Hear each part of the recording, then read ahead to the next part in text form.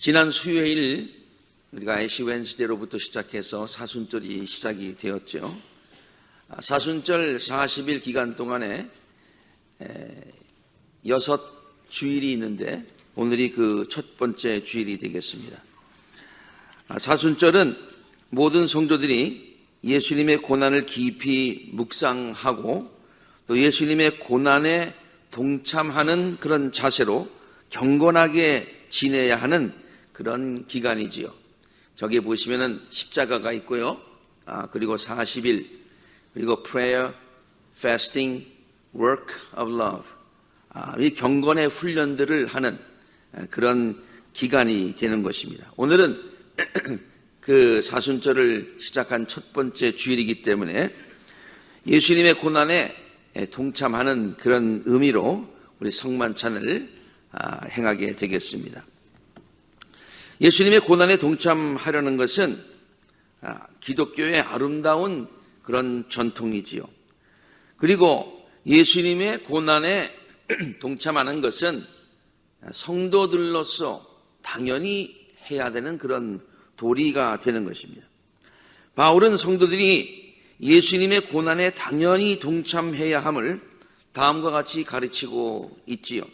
로마서 8장에서 우리는 그 영으로 하나님을 아바 아버지라고 부르는데 바로 그때의 그 성령이 우리가 하나님의 자녀임을 증언한다는 거예요. 우리는 하나님의 자녀다 그런 얘기예요.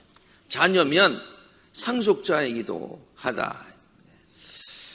동시에 우리가 그리스도와 함께 영광을 받으려고 그와 함께 고난을 받으면 우리는 하나님의 상속자요 그리스도와 더불어 공동 상속자입니다. 그렇게 기록하고 있습니다. 하나님의 자녀로서 상속자가 되는 것은 자녀로서 누리는 마땅한 권리가 되는 거예요. 이건 권리야, 특권이야. 동시에 상속자로서 그와 함께 고난에 동참하는 것은 자녀로서 마땅히 감당해야 될 의무다. 상속자가 되는 것은 권리고 고난에 참여하는 것은 우리의 의무다 그런 얘기예요. 그런데 하나님께서 우리들로 하여금 그리스도의 고난에 동참하게 하는 그런 목적이 있다고 바울이 가르치고 있는 거예요. 그것이 바로 그리스도와 함께 영광을 받게 하려는 것이다. 우리에게 고통 주려고 하는 것이 아니라 우리에게 그리스도와 함께 영광을 받게 하려는 것이다. 고난에 동참하라라고 하는 말을 들으면 마음 가운데 이거 좀 부담스러운 말로 다가올 수가 있습니다. 고통과 희생이라는 그런 의미로만 다가올 수가 있습니다. 그러나 오히려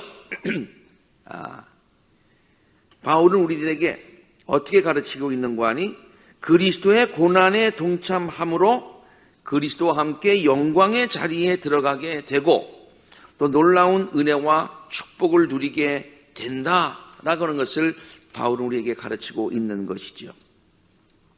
그러면 그리스도와 함께 영광을 받게 된다, 그리스도와 함께 영광의 자리에 들어가게 된다, 그 말이 좀 더 구체적으로 무슨 뜻일까요?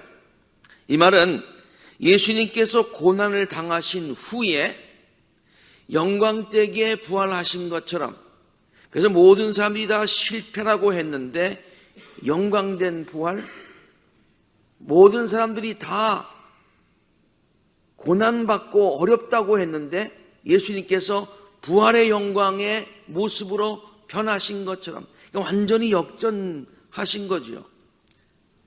그것처럼 우리들도 예수님의 고난에 동참하게 되면 나중에 예수님과 함께 부활하여서 우리들의 모든 삶이 이렇게 역전되고 모든 삶이 바뀌는 그런 역전의 주인공이 된다. 그래서 예수님이 고난 후에 부활의 영광을 누리셨던 것처럼 우리도 예수님의 고난에 동참하면 예수님과 함께 부활의 기쁨을 누리게 된다. 그런 말씀.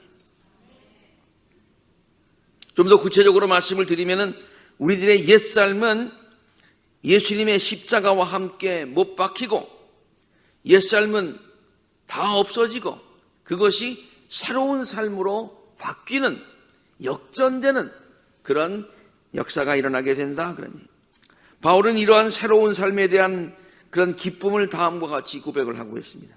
누구든지 그리스도 안에 있으면, 그리스도와 함께 고난받고 그리스도와 함께 부활하면 그는 새로운 피조물이 됩니다. 옛것은 다 지나갑니다. 보십시오, 새 것이 되지 않았습니까? 또한 예수님의 고난에 이 그리스도와 함께 영광을 받게 된다는 의미는요, 역전한다는 의미는요, 회복된다는 의미는요, 슬픔과 절망의 삶이 기쁨의 삶으로 바뀌게 된다는 뜻입니다.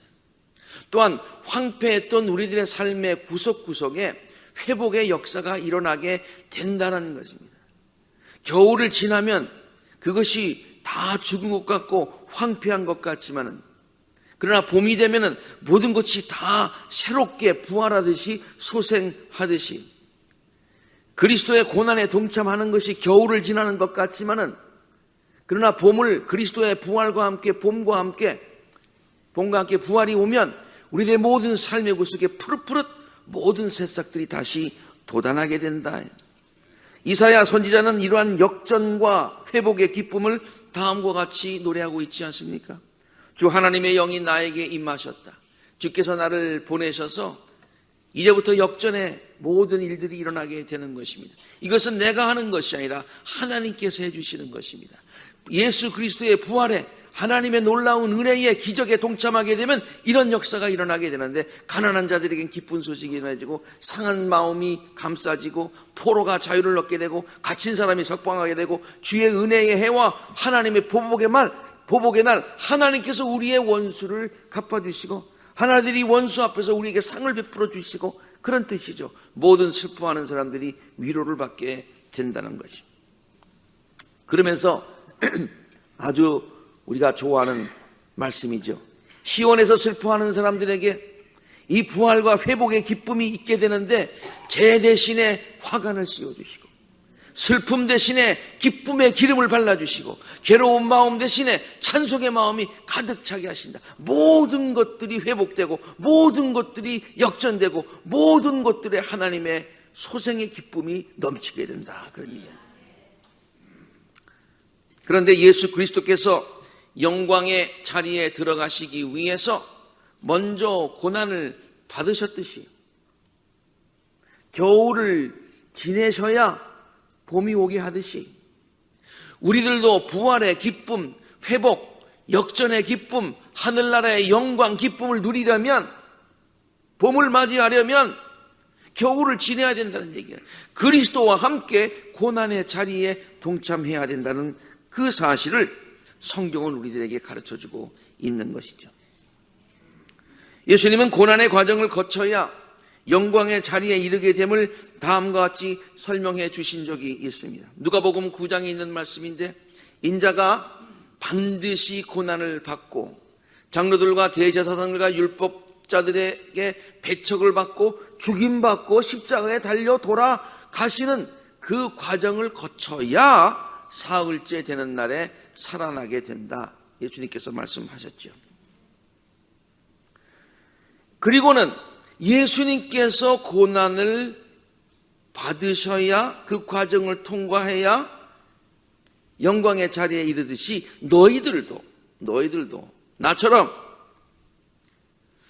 고난을 통과해야, 고난에 동참해야 그 다음에 영광의 자리에 이르게 된다고 23절에 곧 이어서 말씀하세요. 예수께서 모든 사람에게 말씀하셨다. 누구든지 내 뒤를 따라오려거든 자기를 부인하고 그리고 자기 십자가를 지고, 자기를 부인하고 자기 십자가를 지고, 이게 고난에 동참하는 거죠. 그런 과정을 거쳐야 나와 같이 부활의 기쁨에 동참할 수 있다라고 가르쳐 주신 것이죠. 그러면 오늘 설교 제목이 뭡니까? 예수님의 고난에 동참하는 은혜라고 했는데, 예수님의 고난에 동참하는 것은 하나님의 자녀요 성도인 우리들의 마땅한 의무이자 동시에 큰 은혜와 축복을 경험하기 위한 축복의 장이요 필수적인 과정이다라는 그런 말씀이 되겠습니다. 그러면 어떻게 우리가 그리스도의 고난에 동참할 수가 있겠습니까? 그리스도의 그리스도 고난에 동참하는 방법을 예수님은, 성경은 어떻게 우리에게 가르치고 있습니까?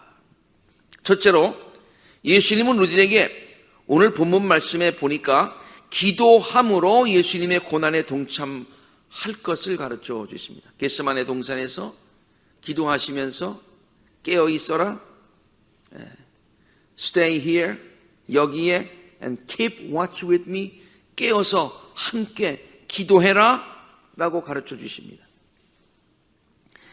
예수님께서 혼자 기도하실 수 없어서 외로워서 제자들에게 함께 깨어 기도해 달라고 요청하신 것이 아니었습니다. 다른 복음서에 보면은 예수님께서 기도하시자 천사들이 저의 시중을 들어줬다고 그랬습니다. 그러니까 제자들이 돕지 않아도 천사가 돕는 거예요.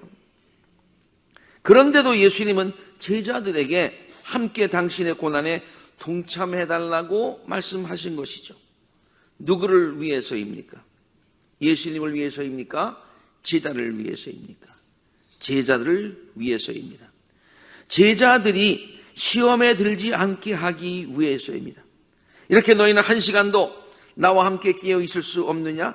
시험에 빠지지 않도록 깨어서 기도하라. 내가 시험에 빠지지 않도록이 아니라 너희들이 시험에 빠지지 않도록 깨어서 기도하라 말씀하십니다.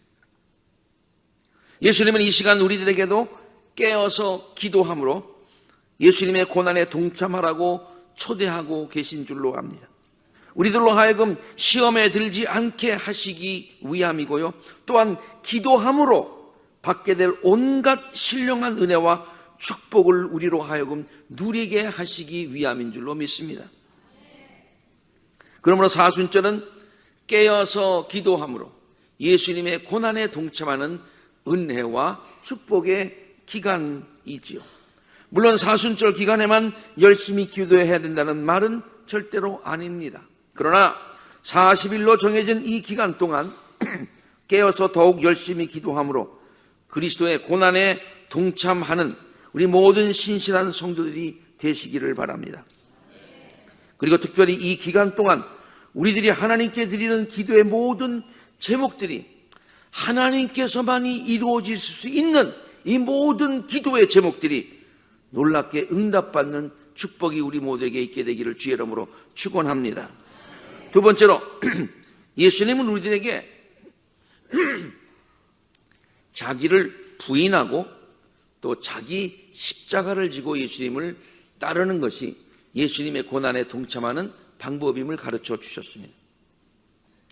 자기를 부인한다? 자기를 부인한다? 나를 그럼 부정적으로 보라는 얘기냐? 그 말은 아닙니다. 그것은 우리 안에 있는 죄된 본성들을 부인해야 된다는 그런 얘기입니다. 우리 안에 죄된 본성들이 뭘 자꾸만 하고자 할 때에 그것에 대해서 NO! 하고 부인해야 된다, 그런 말이죠. 쉽지 않습니다. 쉽지 않습니다.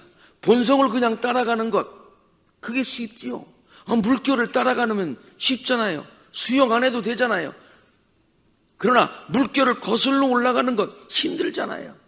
본성을 따라가는 것, 그거는 죄와 합하는 것입니다. 그러나 본성을 거스리는 것, 거기에 대해서 NO 하는 것, 이것은 쉽지 않기 때문에 우리가 그리스도의 고난에 동참하게 된다, 그런 얘기입니다. 바울은 성도들에게 단호하게 말합니다. 갈라디아서 5장 24절에 그리스도 예수께 속한 사람은 우리 모두는 정욕과 욕망과 함께 자기 육체를 십자가에 못 박았습니다. 박아야 합니다. 부인해야 됩니다. 그런 얘기죠.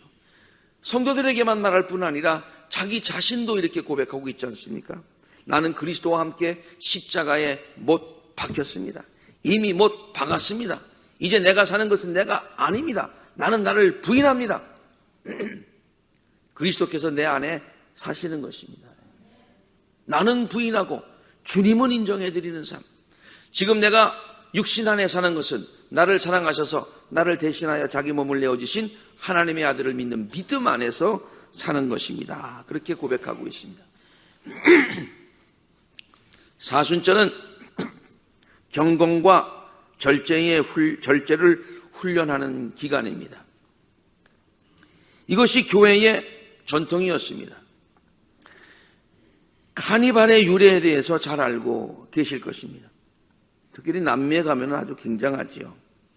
카니발은 곧 다가오는 금욕기간인 사순절에 먹지 못할 술과 고기를 마음껏 먹자는 잘못된 의도에서 출발된 것이라고 우리가 알고 있습니다.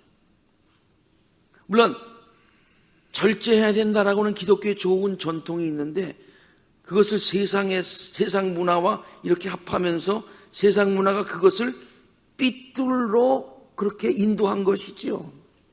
오케이, 사순절 기간에 먹지 않는 건 좋아, 절제하는 거 좋아. 그러니 못 먹으니 그냥 미리 다 먹어버리자, 뭐 이런 것 아닙니까? 그러나 사순절 기간은 믿는 자들이나 세상 사람들이나 다 같이 절제하는 기간이라고 하는 그 이해는 똑같이 가졌다는 그런 뜻 아니겠습니까? 올해 사순절 기간에도 절제를 통한 경건의 훈련을 함으로써 그리스도의 고난에 동참하는 우리 모두가 되시기를 간절히 바랍니다. 또한 예수님께서는 자기를 부인하라고 하셨고요. 두 번째로 자기 십자가를 지고 당신을 따라오라고 말씀을 하셨습니다. 십자가를 진다는 것, 그 말 자체가 쉽지가 않기 때문에 예수님께서 고난의 길을 십자가를 지고 가셨기 때문에 십자가를 진다는 말 자체가 고난에 동참한다는 그런 뜻이 되는 것이죠. 근데 예수님의 십자가를 지고 가라고 그러지 않았어요. 우리들의 십자가를 지고 가라고 그랬어요. 그럼 우리들의 십자가가 무엇입니까? 성경은요, 그것이 곧 우리들이 짊어지고 가야 될, 우리들이 감당해야 될 사명의 짐이라고 여러 군데서 우리에게 가르쳐주고 있습니다. 예수님은 우리들에게 삶의 무거운 짐들은 다 십자가 앞에 내려놓고 삶의 무거운 짐들, 죄의 무거운 짐들 다 내려놓고 대신 주님께서 우리에게 주시는 사명의 멍에 우리의 십자가를 지고 당신을 따라오라고 초대하고 계십니다. 마태복음의 말씀이죠. 유명한 말이에요. 수고하고 무거운 짐 진 사람들, 죄의 짐, 세상의 무거운 짐들 진 사람들 다 내게로 오너라. 내가 너희를 편하게 다 쉬게 해주겠다. 다 여기다 내려놓아라. 그랬으면 될 텐데 주님께서는 우리에게 또 다른 사명을 주십니다. 멍에를 주세요. 나는 마음이 온유하고 겸손하니 내 멍에를 메고 내게 배워라. 그러면 너의 마음에 쉼을 얻을 것이다. 내 멍에는 편하고 내 짐은 가볍다. 멍에, 짐, 이 자체가 어느 것이 쉽고 어느 것이 어렵다, 어느 것이 가볍고 어느 것이 무겁다, 그런 얘기가 전혀 아닙니다. 어떤 때는 객관적으로 우리가 뭐 무게가 있어 다뤄본다면은 삶의 짐보다 사명의 짐이 더 무거울 수도 있어요. 그러나 삶의 짐은 조금만 지고 가도 괴로운 거예요. 그러나 사명의 짐은 조금 무거울 때도 그것을 감당하는 기쁨과 은혜와 축복이 있는 거예요. 그리고 그 사명의 짐은 나 혼자 지고 가는 것이 아니라 주님께서 능히 지고 갈 수 있도록 우리를 도우신다, 그런 얘기예요. 그리고 축복해 주신다, 그런 얘기죠. 그러므로 우리가 이 십자가를 지고 주님께서 우리에게 맡겨주신 귀한 사명을 감당하면서 늘 살아가는 것, 주님의 말씀대로 살아가는 것, 그것이 그리스도의 고난에 동참하는 방법이다 라고 성경이 우리에게 가르쳐주고 있습니다. 그러므로 성도들은 십자가를 지고 가면서 다음과 같은 찬송을 기쁨으로 부를 수 있습니다. 너의 마음에 슬픔이 가득 차도 주가 즐겁게 하시리라. 아침 해같이 빛나는 마음으로 너 십자가 지고 가라. 사명의 십자가를 지고 가라. 때를 따라서 주님께서 은혜도 주시고 가란 심령에 새 힘을 얻게 해주시고 언약한 말씀을 기억하면서 너 십자가 지고 가라. 내가 지고 갈 수 있도록 도와주겠다. 내가 맡은 일 성실히 행할 때에 주님 앞에서 상을 받게 될 것이 아니냐. 주가 베푸신 은혜를 감사하며 너 십자가 지고 가라. 십자가 지고 갈 수 있다. 즐거운 마음으로 십자가 지고 가라. 내가 기쁘게 십자가 지고 가면 슬픈 마음이 오히려 위로를 받게 될 것이다 라고 말씀하고 있습니다.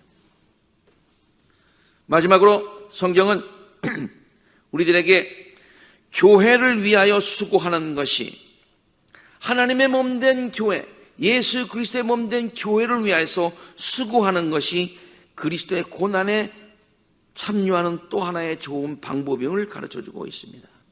이것은 바울이 골로새서에서 말씀한 내용을 제가 참고한 건데요. 바울이 이렇게 얘기하고 있어요. 이제 나는 여러분을 위하여 고난받는 것을 즐겁게 여기고 있습니다.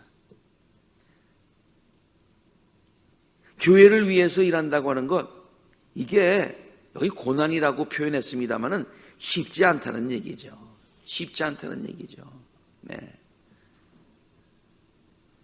그렇지만은 즐거운 마음으로 그 십자가를 내가 지고 간다.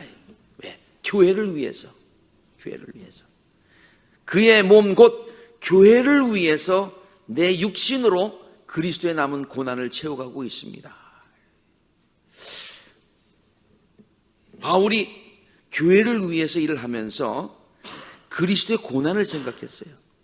그리고 그리스도께서 고난의 길을 가셨는데 그리스도께서 자기에게도 고난받을 수 있도록 조금 룸을 만들어 주셔서 그 남은 고난을 내가 지금 이 교회를 위해서 일하면서 채워가고 있다. 그렇게 말하고 있는 대목이죠. 나는 하나님께서 여러분을 위하여 하나님의 말씀을 남김없이 전파하라고 맡기신 사명을 따라 그래서 나는 교회의 일꾼이 되었습니다. 이것은 무슨 바울이나 그리고 또 유명한 목회자나 이런 선교사나 그런 사람들에게만 해당되는 얘기가 아니죠. 우리 모두에게 하나님의 교회를 위해서 열심으로 헌신하고 봉사하는 것은 곧 그리스도의 십자가의 그리스도의 고난에 동참하는 것이고 남은 고난을 채우는 방법이다 라고 우리에게 가르쳐주고 있는 것이죠. 그리스도의 남은 고난이라고 하면은 그리스도께서 당하신 고난이 아직도 남아있다, 충분치 않다, 그런 말이 아니지요. 예수님께서는 당신이 당하신 고난에 성도들도 동참할 수 있는 스페이스를 마련해 주셨다는 얘기예요. 예수님께서 고난당하심으로 영광의 자리에 이르렀듯이 우리들도 고난에 동참할 수 있는 룸을 마련해 주셨다는 거예요. 그 룸이 뭐냐? 교회를 위해서 헌신하는 것이다. 쉽지는 않지만 그것이 곧 십자가를 지는 것처럼 어렵지만 그러나 그것은 사명의 십자가요. 주님께서 지고 가도록 도와주시는 십자가라는 말입니다. 말씀을 정리합니다. 예수님께서 우리들에게 당신의 고난에 동참하기를 원하시는 이유는 우리에게 고통을 주시기 위함이 아니고 당연히 우리에게 의무를 감당하라고 하시는 그런 요구도 명령도 아니라 예수님의 고난에 동참함으로 놀랍고도 풍성한 하나님의 은혜와 축복을 우리로 하여금 누리게 하시기 위함이다. 그런 말이에요. 이번 사순절 기간에 더욱 깨어서 기도하심으로 예수님의 고난에 동참하실 수 있기를 간절히 바랍니다. 삶의 모든 무거운 짐들은 예수님의 십자가 앞에 다 내려놓고 주님께서 우리에게 맡겨주신 사명의 십자가를 지고 날마다 주님과 동행하시는 우리가 모두가 되시기를 바랍니다.